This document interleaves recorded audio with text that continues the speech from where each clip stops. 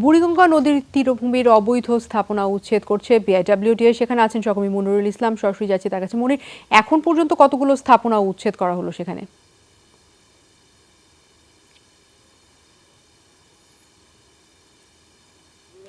উচ্ছেদ বিআইডব্লিউটিএ সোয়ারিঘাটের যে বড় আড়ত যেটি, সেই মাছের আড়তের এলাকা উচ্ছেদ করা হয়েছে।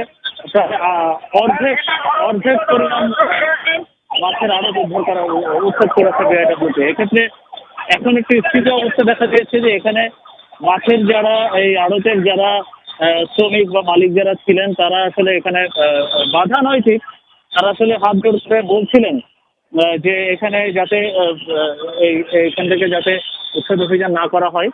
তো সেই জন্য অনুরোধ করলেও আসলে বিআইডব্লিউটিএ কোনো অনুরোধ শুনছেন না। আসলে শোনার কথাও নয়, কারণ এটা উচ্চ আদালতের নির্দেশনা পেয়েই বিআইডব্লিউটিএ বহুদিন ধরে এই উচ্ছেদটা চালাচ্ছে।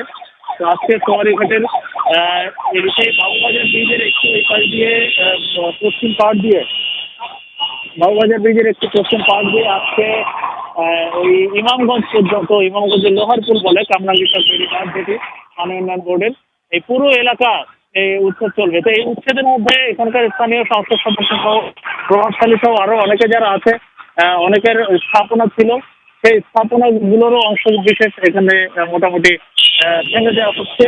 তো সেটি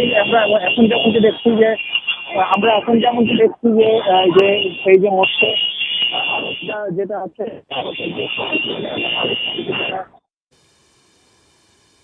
মনিরুল ইসলাম আমাদের জানাচ্ছিলেন বুড়িগঙ্গা নদী তীরভূমির অবৈধ স্থাপনা উচ্ছেদ করছে বিআইডব্লিউটিএ। সেই উচ্ছেদ অভিযান সম্পর্কে জানছিলেন।